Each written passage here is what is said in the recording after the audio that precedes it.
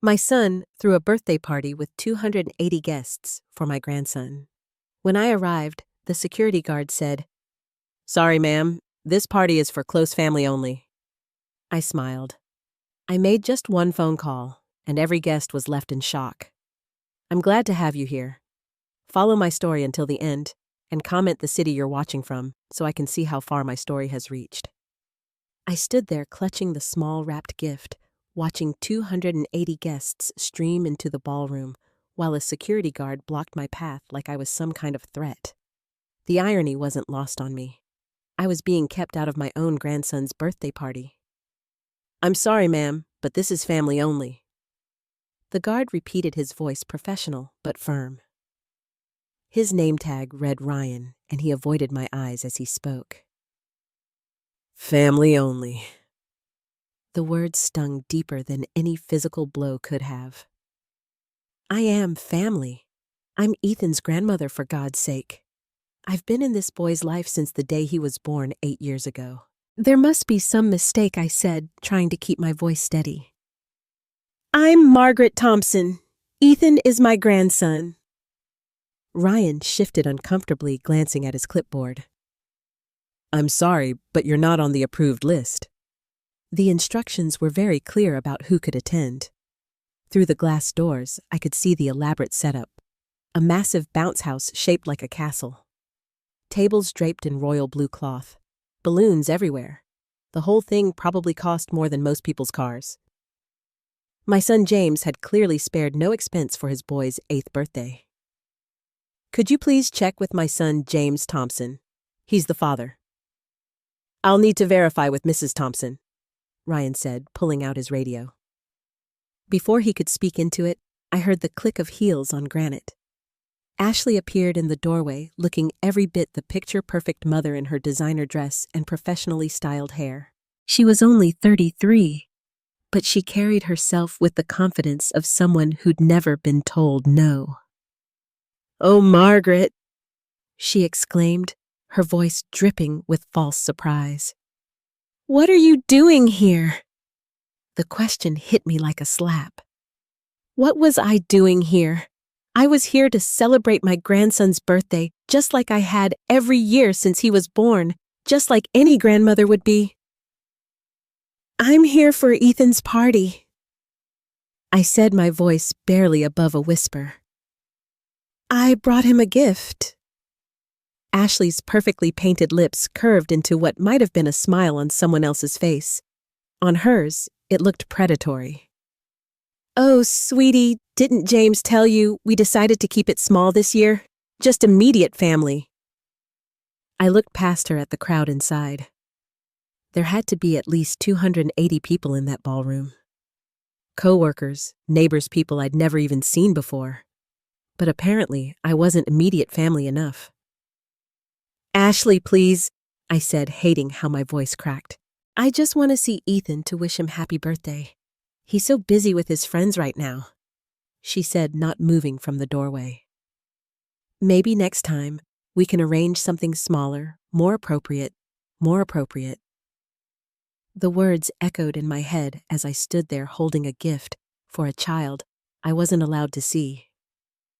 This was my grandson we were talking about. The boy I'd babysat countless times when Ashley had her spa days or shopping trips. The child I'd rocked to sleep during his colicky months while she complained about the noise. "Where's James?" I asked, looking around desperately. "I need to speak with my son. He's handling the party," Ashley said smoothly. "You know how these things are. So much to coordinate." Through the glass, I caught a glimpse of Ethan in his little suit laughing as he ran between the tables. He looked so happy, so alive. My chest tightened with a pain I hadn't felt since my husband died 6 years ago. The pain of being utterly alone. "I'll just leave this for him," I said, extending the gift toward Ryan. It was a remote-controlled helicopter, something Ethan had been asking for. I'd saved up for months to buy it. "That's so thoughtful," Ashley said, but she made no move to take it. "I'll make sure he gets it." The dismissal was clear. I wasn't welcome here. In the space of 5 minutes, I'd been reduced from beloved grandmother to unwanted visitor. The woman who'd helped raise this child was now being treated like a stranger. I turned to leave my legs feeling like lead. Behind me, I heard Ashley's voice bright and cheerful as she greeted other guests. "Welcome, come in, come in. Ethan's going to be so excited to see you." The parking lot felt like a desert as I walked to my car. Other guests passed me dressed in their party finest, chatting excitedly about the celebration I'd just been banned from. A few nodded politely, but most didn't even notice me. I sat in my car for a long moment staring at the gift in my lap. 8 years old. Ethan was 8 years old, and I was missing his birthday party because his mother had decided I wasn't family enough. But as I sat there, something shifted inside me. The hurt was still there, raw and burning. But underneath it was something else, something harder, something that had been building for months. As I watched Ashley's subtle manipulations, her constant requests, her way of making me feel like I was never quite good enough. I pulled out my phone and scrolled through my contacts until I found the number I was looking for. My finger hovered over it for a moment. Once I made this call, there would be no going back. The phone rang twice before a familiar voice answered. "Central Trust Bank, this is Linda. How can I help you?" "Linda, this is Margaret Thompson. I need to speak with you about my daughter-in-law's accounts." The party was still going strong when I hung up the phone 20 minutes later. Through the windows, I could see the celebration continuing. All those guests enjoying themselves while I sat alone in my car. But I wasn't powerless. Not anymore. I started the engine and drove away, leaving the gift on the passenger seat. Ethan would get his present eventually, but first, his mother was going to get exactly what she deserved. Driving home from that humiliating encounter, my mind kept drifting back to how it all started. When had I become the enemy in my own family? When had loving my grandson become such a crime? The answer came to me as I pulled into my driveway. It started the day Ashley realized I had money. 9 years ago, when James first brought her home, I thought she was lovely. She was young, vibrant, and my son looked happier than I'd seen him since his college days. She was working as a receptionist at a dental office. Nothing glamorous, but she had dreams. Big dreams. "I want to give James the life he deserves," she'd told me over coffee during one of our early meetings. "He works so hard, and I just want to support him." I'd been charmed by her ambition, her dedication to my son. When they got married 7 months later, I was thrilled. Finally, James had found someone who would take care of him the way his father and I had. The first request came during their honeymoon. They were in Bali, and Ashley called me crying. Their rental car had broken down, and they needed money for repairs. $600, not a fortune, but enough to help them enjoy their trip. "I'm so embarrassed to ask," she'd sobbed into the phone. "But we spent everything on the wedding, and we just want this time to be perfect." I wired the money without hesitation. What grandmother wouldn't want her son to have a perfect honeymoon? Then came the apartment deposit. Then the furniture for their new place. Then Ashley's student loans that were apparently causing her so much stress that she couldn't sleep at night. "It's affecting my health," she'd explained. Her hand pressed dramatically to her chest. "The doctor says stress can cause fertility problems, and we want to give you grandchildren so badly." That one got me. The promise of grandchildren dangled like a carrot in front of a lonely widow. I paid off her student loans, $25,000 without blinking. When Ethan was born, I thought the request would stop. We had our grandchild. The purpose had been fulfilled, but pregnancy had been expensive, Ashley explained. The medical bills were overwhelming, even with insurance. "I hate to ask," she'd said, bouncing baby Ethan on her hip. "But we're drowning here. The last thing we want is for money stress to affect our son's environment." Another $15,000 for my grandson's well-being. She said the pattern was so gradual, so carefully orchestrated, that I didn't see it at first. There was always a reason, always a crisis, always something that threatened the happiness of my son and grandson, and I was always the solution. Ethan's daycare was too expensive. Could I help with that? Just temporarily, until Ashley found a better job? 3 years later, I was still paying $900 a month. Their apartment was too small for a growing family. The mortgage company needed a co-signer with better credit. Could I help them get the house they wanted? It was for Ethan, after all. He needed a yard to play in. I co-signed for a house that cost more than I'd ever dreamed of living in. When they struggled with the payments, I covered the difference. When they needed new furniture for the bigger space, I helped. When the roof needed repairs, when the car broke down, when Ashley's mother got sick and needed money for treatment, I was always there. But it wasn't just the money. It was the way she asked for it. The tears, the desperate phone calls, the way she made me feel like I was the only person in the world who could save my family from disaster. "You're such a blessing," she'd tell me, her voice thick with emotion. "I don't know what we'd do without you. Ethan is so lucky to have a grandmother who cares so much." The praise felt good. After years of being alone, of feeling useless in retirement, suddenly, I had purpose again. I was needed. I was helping to build a better life for my grandson. But somewhere along the way, the gratitude started to feel hollow. The emergencies became more frequent, more expensive, and Ashley's attitude toward me began to shift. It started with small comments. "You spoil him too much," she'd say when I brought Ethan toys. "We're trying to teach him about earning things." Then came the criticisms about my parenting advice. "Things are different now," she'd explain with a patronizing smile. "We have newer information about child development." Gradually, my babysitting duties were reduced. "We want to establish better routines," Ashley explained. "It's nothing personal, but it felt personal. Especially when I'd see social media posts of her going out with friends, while Ethan was at expensive daycare, the daycare I was paying for. 7 months ago, I'd started to notice something odd. Ashley's spending had increased dramatically. Designer handbags, expensive clothes, weekly salon appointments. She joined an exclusive gym, started taking art classes, bought a luxury car. "James is doing so well at work," she'd explained when I commented on her new lifestyle. "We can finally afford some nice things." But I knew what James made. I'd helped him negotiate his salary when he got the promotion. The math didn't add up. That's when I started asking questions quietly, carefully, because I didn't want to seem like I was prying. But what I found made my blood run cold. The money I'd been sending for Ethan's expenses, the daycare, the clothes, the activities, wasn't going where Ashley said it was. She'd been depositing it into a separate account, one that funded her increasingly luxurious lifestyle. The receipts I found in her purse during my last visit told the story. Spa treatments, shopping sprees, expensive dinners with friends, all paid for with money I'd sent to help with my grandson's needs.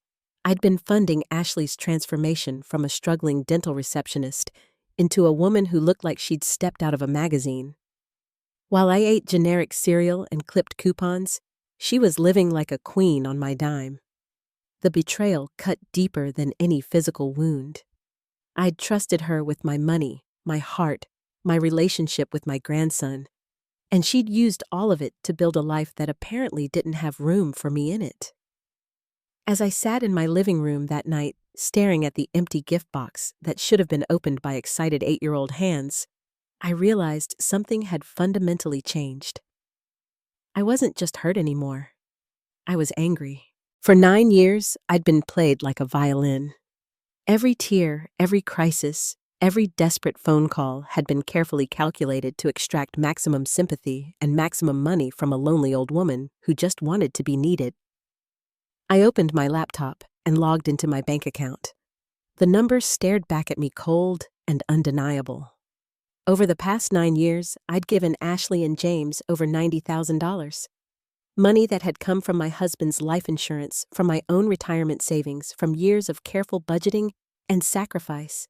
$90,000. And today, I wasn't even allowed to see my grandson. I picked up my phone and dialed the number I'd memorized earlier that day. Linda, it's Margaret Thompson again.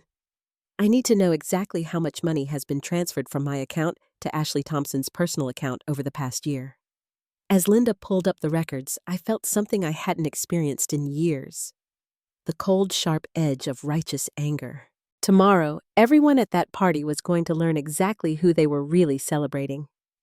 The next morning, I woke up with a clarity I hadn't felt in years. No more playing the victim. No more accepting scraps of affection from people who saw me as nothing more than a checkbook with legs. I'd spent the night going through every bank statement, every receipt, every record I could find. The evidence was damning. Linda from Central Trust Bank had been helpful, more helpful than she probably should have been, but we'd known each other for 15 years. She'd handled my husband's accounts, helped me manage his life insurance payout, guided me through the financial maze of widowhood. "I've never seen anything quite like this," she'd said quietly over the phone. "The pattern is very clear. Every deposit you made for Ethan's expenses was immediately transferred to her personal account. Not a penny went to actual childcare or children's items. The numbers were staggering. In the past year alone, I'd sent $35,000 for various emergencies involving my grandson. Daycare payments that never reached the daycare medical bills that were already covered by insurance school supplies that cost more than most people's monthly rent. But Linda had found something even more interesting. "Mrs. Thompson, I ran a credit check on your daughter-in-law. She's been using your financial history as a reference for some very large purchases. Luxury car loans, credit cards, even a loan for what appears to be cosmetic surgery." My blood had run cold. "What do you mean?" "She listed you as her primary financial support and reference. The lenders approved her based on your assets and payment history. She's essentially been living on credit backed by your reputation." I'd hung up the phone feeling sick. It wasn't just theft. It was identity fraud.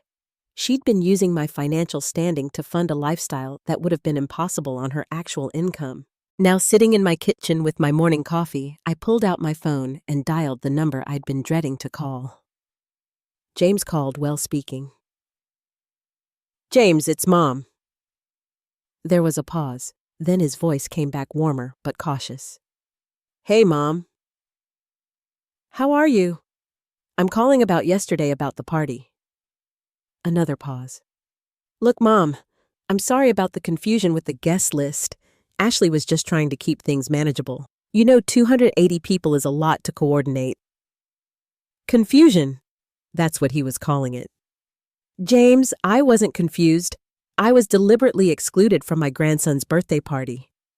"Mom, don't be dramatic. It wasn't personal." "Then explain to me how your coworkers from 3 states away were on the guest list, but your mother wasn't." Silence. I could almost hear him thinking, probably trying to figure out how to spin this in a way that wouldn't make his wife look bad. "Ashley thought it would be better to have a separate celebration with you. Something smaller, more intimate." When what? When is this smaller, more intimate celebration supposed to happen? More silence. We both knew there was no planned celebration. There never had been. "We'll figure something out," he said finally. "Maybe next weekend." "James, I need to ask you something, and I need you to be honest with me. How much do you think I've given you and Ashley over the past year?" "Mom, where is this coming from?" Just answer the question. "I don't know. A few thousand. You helped with some of Ethan's expenses and were grateful for that. A few thousand." I looked down at the bank statement spread across my kitchen table. "James, I've given you $35,000 in the past 12 months alone." "That's not possible." "It's not only possible, it's documented. Every wire transfer, every check, every deposit, $35,000 for daycare bills that were already paid." Medical expenses that were covered by insurance and school supplies that apparently cost more than most people's cars. Mom, I think you're confused about. I'm not confused. The words came out sharper than I intended. I'm not confused. I'm not dramatic and I'm not imagining things. Your wife has been stealing from me for years. Don't talk about Ashley like that. Like what? Like a thief. Because that's what she is, James. She's been using money I sent for Ethan to fund her spa treatments, her shopping sprees, her luxury lifestyle. While I've been eating generic cereal and clipping coupons, she's been living like a queen on my dime. You're being ridiculous. Am I?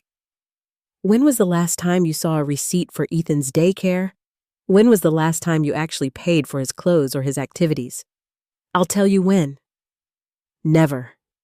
Because I've been paying for all of it, and none of it has been going where you think it has. I heard him take a deep breath. Even if that's true, and I'm not saying it is, you gave that money voluntarily. Nobody forced you. You're right. Nobody forced me. I gave it because I love my grandson, and I wanted to help. But I didn't give it so your wife could get breast implants and drive a BMW. Mom, you're out of line. No, James, I'm finally seeing the line clearly. And your wife crossed it a long time ago. I hung up before he could respond. My hands were shaking, but not from fear, from anger, from the liberating rage of someone who'd finally stopped pretending that being abused was the same as being loved. I looked at the clock. The party would still be going on. All those guests, all that celebration, all that money spent on a child whose grandmother wasn't allowed to attend. I picked up my phone and dialed Linda's direct line. Linda, it's Margaret Thompson. I need you to freeze all accounts that have any connection to Ashley Thompson. Every joint account, every credit line, every loan that uses my financial history as collateral. Are you sure about this, Mrs. Thompson? This is a pretty drastic step. I'm completely sure, and I need you to flag her accounts for suspicious activity. Large cash withdrawals, unusual spending patterns, anything that might indicate financial fraud. I can do that? What about the accounts she shares with your son? I thought about James's casual dismissal, his refusal to even consider that his wife might be lying to him. Those too. If he's not part of the solution, he's part of the problem. This is going to cause some immediate issues for them, Linda warned. Credit cards will be declined. Loan payments will be flagged. Automatic withdrawals will be rejected. Good. Maybe it's time they learned to live within their actual means. After I hung up, I sat in the quiet of my kitchen for a long moment. In the span of 24 hours, I'd gone from being the family's secret ATM to cutting off their financial lifeline completely. There would be consequences. There would be angry phone calls, accusations, probably threats. But for the first time in years, I felt like I was in control of my own life. I picked up my phone one more time and dialed a number I'd memorized from the party invitation. Riverside Ballroom, this is Jessica. Jessica, this is Margaret Thompson. I believe there's a party going on in your main ballroom right now. A children's birthday party. Yes, ma'am? The Thompson party. Are you calling about the event in a way? I'm calling to let you know that the credit cards being used to pay for that party are about to be declined. The accounts have been frozen due to suspected fraud. There was a pause. Ma'am, I'm not sure I understand. You will. Very soon you're going to get a call from a very panicked woman named Ashley Thompson. When she tries to pay for the party, her cards won't work. I just wanted to give you a heads up. Should I be concerned about payment for the event? I thought about all the money I'd unknowingly contributed to this extravagant celebration that I wasn't allowed to attend. No, don't worry about payment. Just make sure she understands that there are consequences for stealing from family. As I hung up, I realized I was smiling. Really smiling. For the first time in months, the party was about to get very interesting. I didn't have to wait long. My phone started ringing at 3:47 p.m., right when the party should have been winding down. I let it go to voicemail. Then it rang again and again. By the fifth call, I finally answered. "What did you do?" Ashley's voice was shrill panic bleeding through every word. "I stopped funding your lies," I said calmly, settling back into my favorite chair. "You crazy old woman. Do you have any idea what you've done? The entire party saw my cards get declined. 280 people watched me get humiliated at my own son's birthday party." Interesting. I was humiliated yesterday too. But you didn't seem to care much about that. This is completely different. You embarrassed me in front of everyone. The catering company is threatening to call the police. The event coordinator is holding my jewelry as collateral until we can pay. I had to admire the dramatic flair.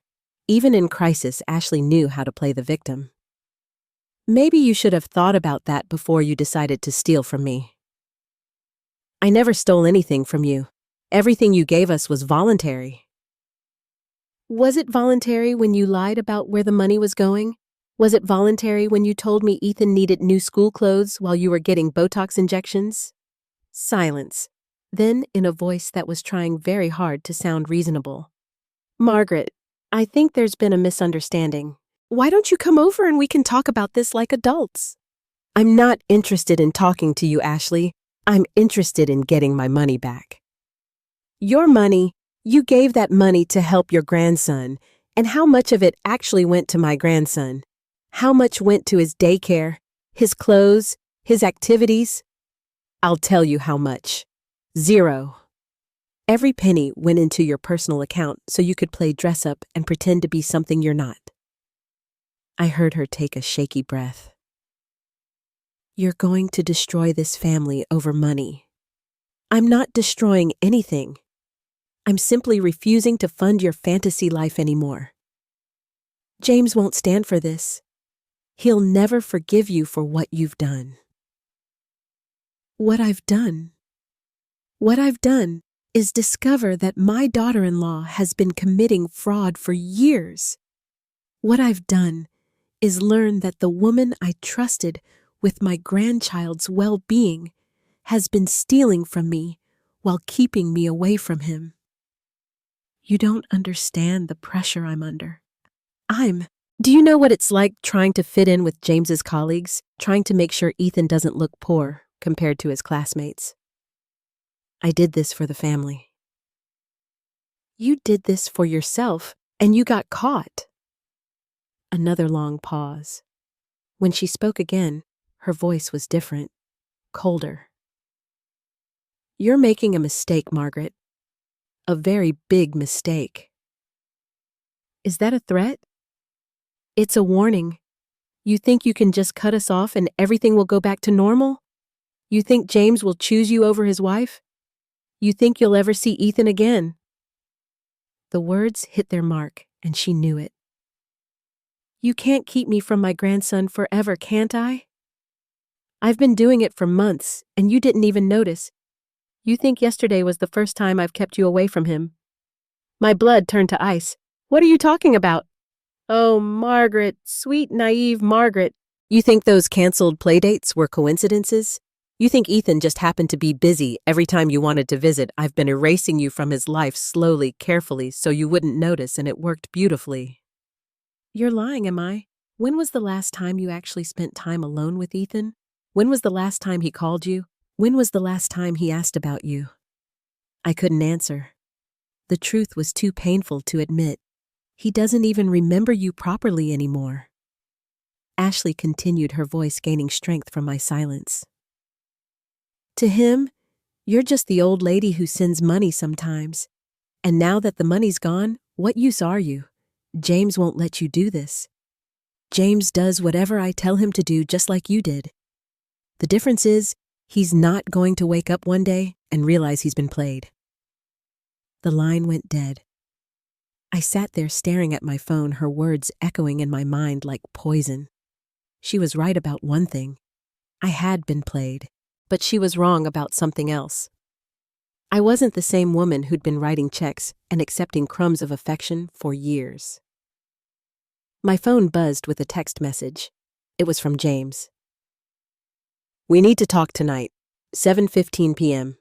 Our house." Our house. The house I'd co-signed for. The house I'd helped furnish. The house where I was now apparently persona non grata. I typed back, "I'll be there." At exactly 7:15 p.m., I stood on the front porch of the house I'd helped buy, ringing the doorbell like a stranger. James answered, his face haggard, his usual confidence nowhere to be seen. "Mom, what the hell is going on? Where's Ashley?" "She's upstairs with Ethan. He's pretty upset about what happened at the party." I followed him into the living room, noting how different everything looked. The furniture was new expensive. The artwork on the walls cost more than my monthly pension. Even the coffee table books were clearly chosen for show rather than reading. "James, before we start, I need you to understand something. I didn't do this to hurt you or Ethan. I did it because I was being robbed blind by your wife." Those are some pretty serious accusations. They're not accusations. They're facts. I pulled out a folder I'd prepared, bank statements, credit reports, receipts I found in Ashley's purse. Every penny I gave you for Ethan's expenses went directly into her personal account. Not $1 went to actual childcare or children's items. James took the folder reluctantly, his jaw tightening as he flipped through the pages. "Even if this is true, Mom, you can't just freeze our accounts without warning. We have bills to pay." "Responsibilities." "You have responsibilities. What about my responsibility to protect myself from fraud?" "You're being dramatic." "Am I? Your wife just threatened to keep me away from my grandson permanently. She told me she's been manipulating his schedule for months to minimize my contact with him. Does that sound like someone who's grateful for my help?" For the first time, James looked genuinely uncertain. "She wouldn't do that, wouldn't she? When was the last time I babysat Ethan? When was the last time he came to my house? When was the last time we had any kind of relationship that didn't involve me sending money?" James was quiet for a long moment. The papers scattered across his lap. The party was important to her. She spent months planning it with my money. Money she told me was for Ethan's needs. She's a good mother. She's a good actress. There's a difference. Footsteps on the stairs interrupted us. Ashley appeared in the doorway, her earlier panic replaced by cold calculation. She'd changed into something more conservative, her makeup toned down. She looked like a concerned mother and wife, not the desperate woman who'd screamed at me on the phone. "Hello, Margaret," she said softly. "I'm glad you came. I think we need to clear the air." "I think we need to clear the accounts," I replied. "Starting with you paying back the money you stole." "I didn't steal anything. You gave that money freely." "I gave it under false pretenses. That's called fraud." Ashley sat down next to James, placing a protective hand on his arm. "Margaret, I understand you're upset, but accusing me of fraud is going too far."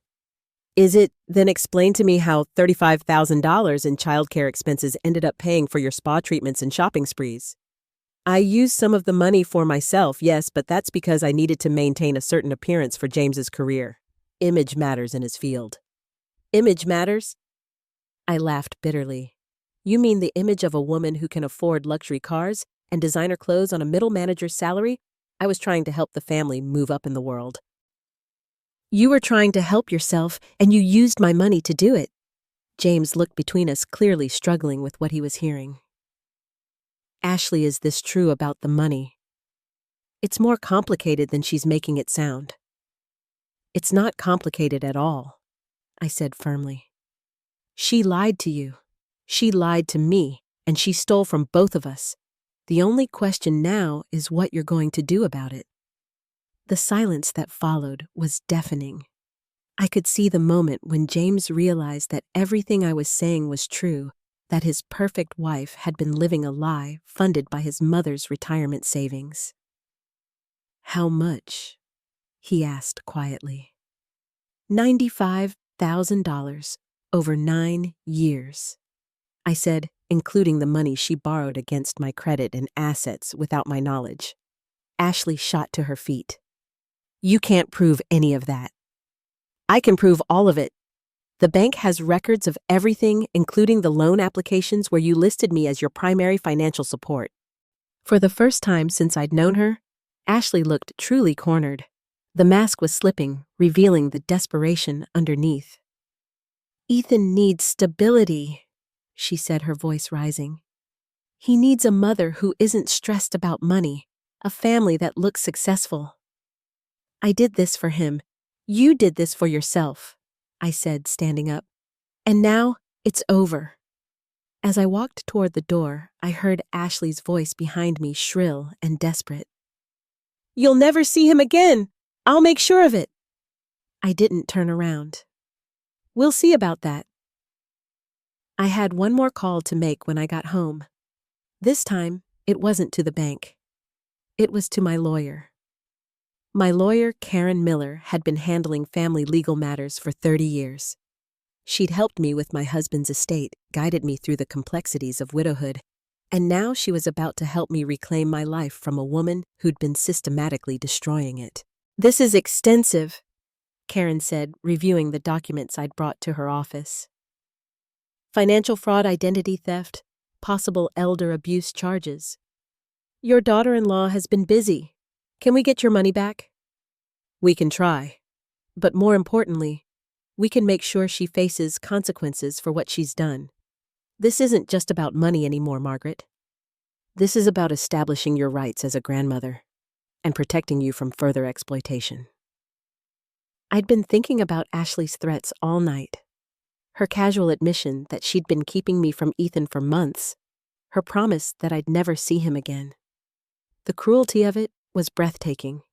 She's threatened to cut off my access to my grandson completely. She can't do that without legal cause. Grandparents have rights, especially when there's evidence of parental misconduct. And trust me, financial fraud qualifies as misconduct. Karen leaned back in her chair, studying me with shrewd eyes.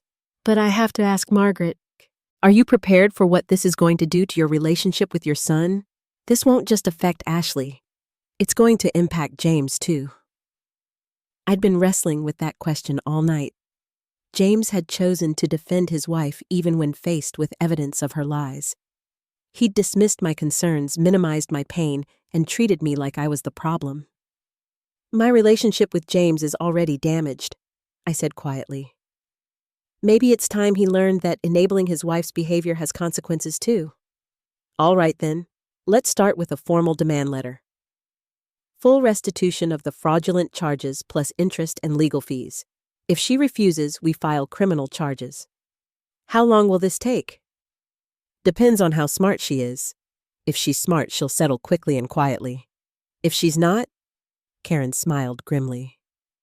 "Well, fraud cases tend to get a lot of media attention, especially when they involve grandparents being exploited by their own families." I left Karen's office feeling more hopeful than I had in months. For the first time in years, I had someone in my corner who understood that what had happened to me wasn't just unfortunate. It was criminal. The letter was delivered to James and Ashley's house the next morning. By noon, my phone was ringing. "Mom, what the hell is this?" James's voice was strained, exhausted. "It's a demand for restitution. Your wife stole from me and I want my money back. She didn't steal anything. You gave that money willingly. I gave it based on lies. That's fraud, James, and if you can't see that, then you're part of the problem. You're going to destroy our family over money." "I'm not destroying anything. I'm protecting myself from people who see me as nothing more than a source of funding." "That's not fair. Ashley loves you." "Ashley loves my bank account. There's a difference." I heard muffled voices in the background. Then Ashley's voice came on the line. Margaret, this is getting out of hand. We need to sit down and work this out like family. We tried that yesterday. You threatened to keep me away from my grandson permanently. That doesn't sound like family to me. I was upset. I said things I didn't mean. You meant every word, just like you meant it when you systematically erased me from Ethan's life while taking my money. I never tried to keep you away from Ethan. Then explain to me why every playdate got canceled, why every visit got postponed, why I haven't spent time alone with my grandson in 7 months. Silence. Then in a voice that was trying very hard to sound reasonable. Margaret, I think you're remembering things differently than they happened. Am I? Then let me talk to Ethan right now. Put him on the phone. He's at a friend's house. What friend? You don't know him. I'd like to know him. I'd like to know all of Ethan's friends. I'd like to be part of his life the way grandmothers are supposed to be. You are part of his life. When am I part of his life? When I'm writing checks? When I'm solving your financial emergencies? When exactly do I get to be a grandmother instead of a bank? You're being unreasonable. I'm being realistic. And here's some more reality for you. You have 72 hours to respond to my lawyer's letter. If you don't, we file criminal charges. You wouldn't dare try me. I hung up and sat in the quiet of my house, feeling strangely calm. The die was cast. There was no going back now. The next call came from someone I hadn't expected. James's older sister, Michelle. She lived in Portland and rarely got involved in family drama, but apparently this was big enough to get her attention. Margaret, what's going on? Michelle called me completely hysterical. Something about lawsuits and money. I explained the situation as calmly as I could, walking her through the evidence, the pattern of lies, the systematic exclusion from my grandson's life. I had no idea it was this bad, Michelle said when I finished. I mean, I knew Ashley was high maintenance, but this. Did you know she was keeping me away from Ethan? I wondered why you never mentioned him in our calls anymore. I thought maybe you were just busy. I thought I was being gradually phased out because I wasn't useful anymore. Turns out, I was being gradually phased out while still being useful. What do you need from me? The question surprised me. I'm not sure. I guess I just need someone to understand that I'm not the villain here. You're not the villain, you're the victim. And it's about time someone stood up for you. James thinks I'm destroying the family. James thinks whatever Ashley tells him to think. He always has. I don't want to lose my son. You already have Margaret, at least this way. You might get your grandson back. That evening, I was making dinner when I heard a car in my driveway. Through the window, I saw James's car. He was alone. I opened the door before he could knock. We need to talk, he said without preamble. Come in. He looked around my small living room, like he was seeing it for the first time. The modest furniture, the careful decorations, the evidence of a modest income. It was nothing like the house I'd helped him buy, the lifestyle I'd helped him maintain. I found the receipts, he said quietly. What receipts? The ones Ashley tried to hide, the spa treatments, the shopping, the other things. I found them in her car.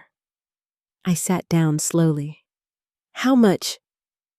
Thousands, tens of thousands, all charged to credit cards.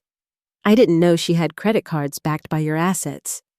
He nodded miserably. She said she was building our credit rating. She said it was temporary. Nothing about Ashley is temporary. She's been planning this for years. I confronted him about the money, about keeping me away from Ethan. Ashley didn't deny it. What did she say? She said you were too controlling, too involved. She said she was protecting our family from your interference, and you believed her. I wanted to believe her.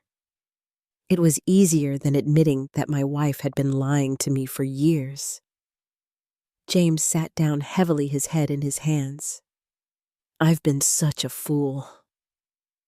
Yes, you have, but you're not the only one. She fooled me too. What do I do now? You decide what kind of man you want to be. Do you want to be the kind of man who enables his wife's criminal behavior?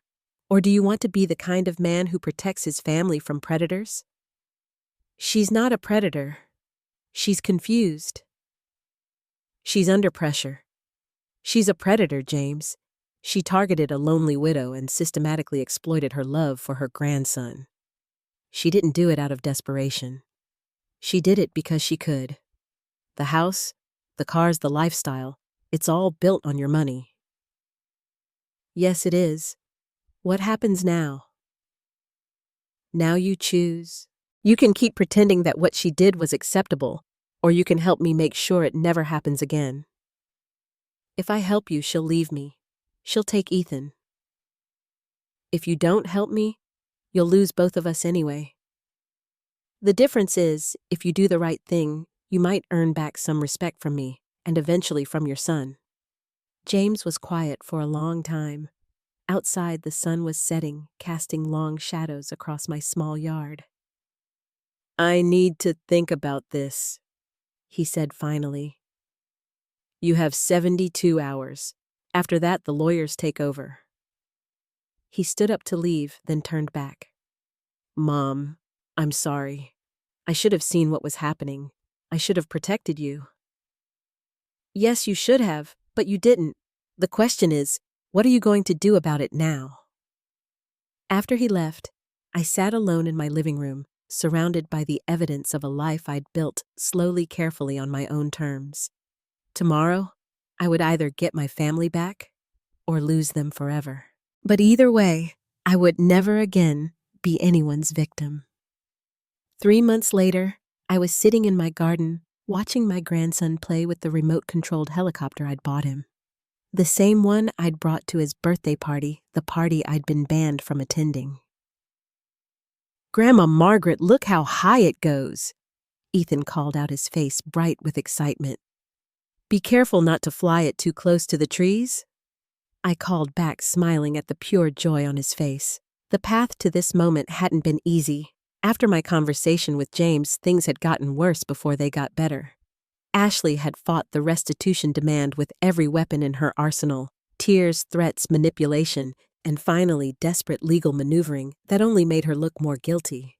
She tried to paint me as a vindictive old woman who couldn't accept that her son had moved on. She'd claimed I was making up the financial abuse that I was suffering from memory problems, that I was jealous of her relationship with James.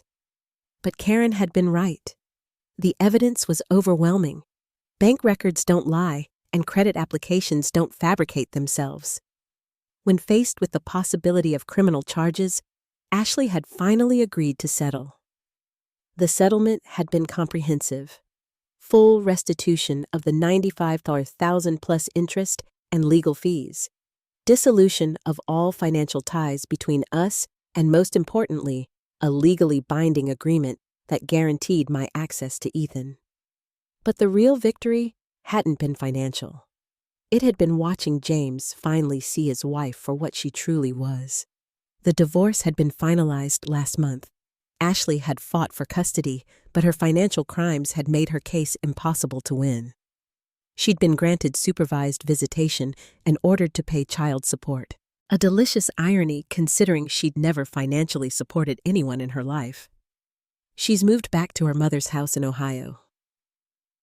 James had told me during one of our weekly dinners. She's working at a call center and living in a studio apartment. Apparently, reality is quite different from the fantasy she created with your money. I'd felt a moment of pity for her, but only a moment. She'd made her choices, and now she was living with the consequences. How's Ethan handling it? Better than I expected. He misses her, but he's also happier, less anxious. It's like he can finally relax. I'd understood what he meant. Children sense tension even when adults think they're hiding it. Ethan had been living in a house built on lies, funded by stolen money, maintained by manipulation. Now he was living in a smaller house with fewer luxuries, but with honesty. "Grandma, can we make cookies now?" Ethan asked, running over to where I sat on the porch swing. "Of course, sweetie. What kind do you want to make?" "Chocolate chip with extra chips." I laughed, remembering all the times Ashley had criticized my unhealthy treats. All the times she'd claimed I was undermining their parenting with my indulgences. Now I could spoil my grandson properly the way grandmothers are supposed to. In the kitchen, as we measured flour and sugar, Ethan chatted about school, his friends, his plans for the summer. He was different now, more open, more trusting. The careful reserve he developed over the past year was gone. "Grandma, can I ask you something?" "Of course, honey. Why did Mommy go away?" I paused, considering my words carefully. James and I had agreed to keep the explanations age-appropriate to protect Ethan from the uglier details of his mother's behavior. Sometimes grown-ups make mistakes. "Sweetheart, your mommy made some mistakes that hurt people, and she has to face the consequences." "Did she hurt you?" "Yes, she did. But that's not your fault.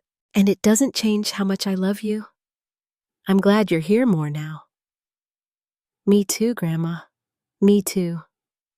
That evening, after James picked up Ethan, I sat on my porch with a glass of wine, watching the sunset paint the sky in shades of gold and pink. My phone buzzed with a text from Michelle. "Saw the pictures of you and Ethan baking. You both look so happy. I'm proud of you for fighting for him." I smiled, typing back, "Best decision I ever made." It was true. Standing up to Ashley had been terrifying, but it had given me back my life. I was no longer defined by how much money I could provide or how many problems I could solve. I was valued for who I was. A grandmother who loved her grandson. A mother who deserved respect. A woman who wouldn't be taken advantage of anymore. The financial settlement had allowed me to rebuild my retirement savings. But more importantly, it had taught me something about my own worth. I wasn't just a source of funding for other people's dreams. I was a person with my own needs, my own boundaries, my own right to be treated with dignity. James and I were still rebuilding our relationship. The process was slow, sometimes painful, but it was honest in a way it hadn't been for years. He'd had to confront his own role in enabling Ashley's behavior, his own willingness to look the other way when it benefited him. "I keep thinking about all the signs I ignored," he'd told me during one of our conversations. The way she always had explanations for everything. The way she made you feel guilty for questioning her. "I should have seen it. She was very good at what she did," I'd replied.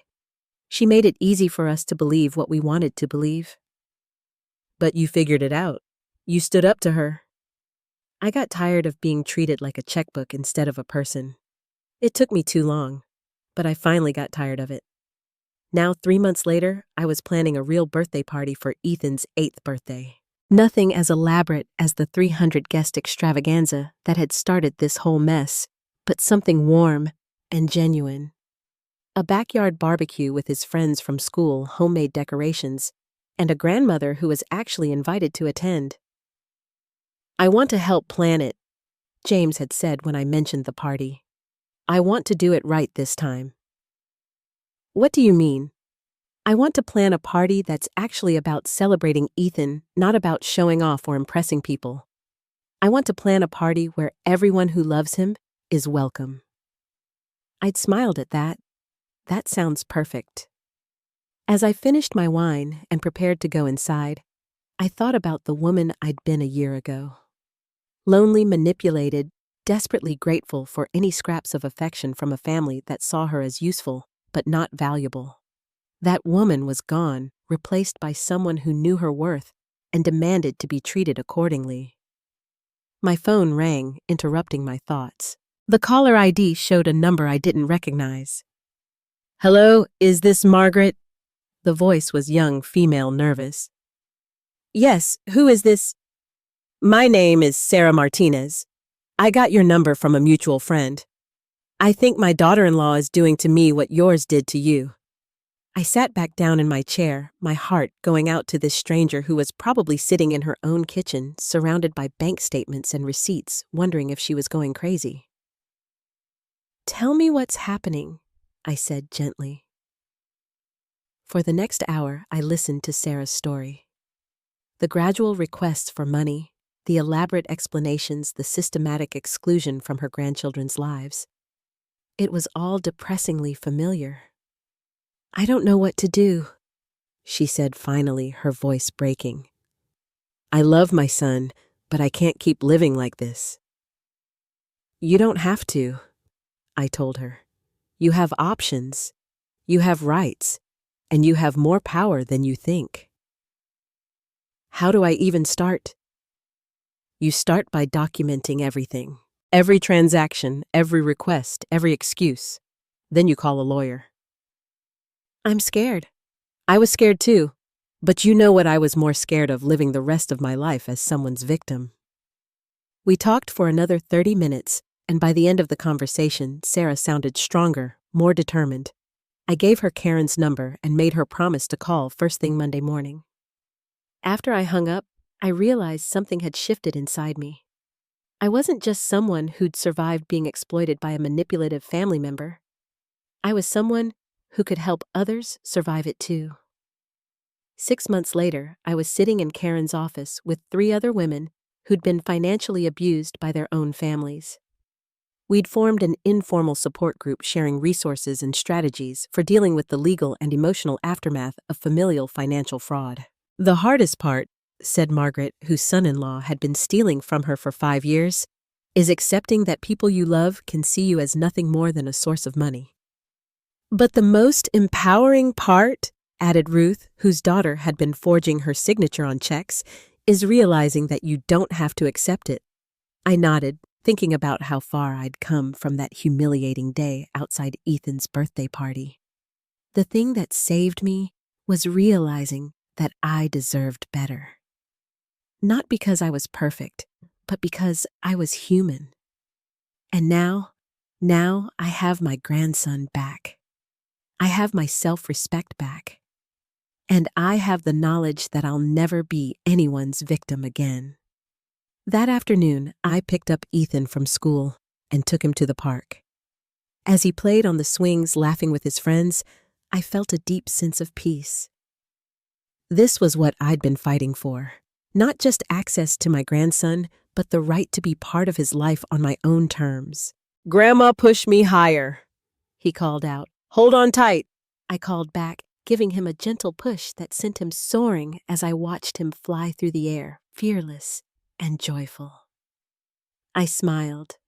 We were both finally free. Now I'm curious about you who listened to my story.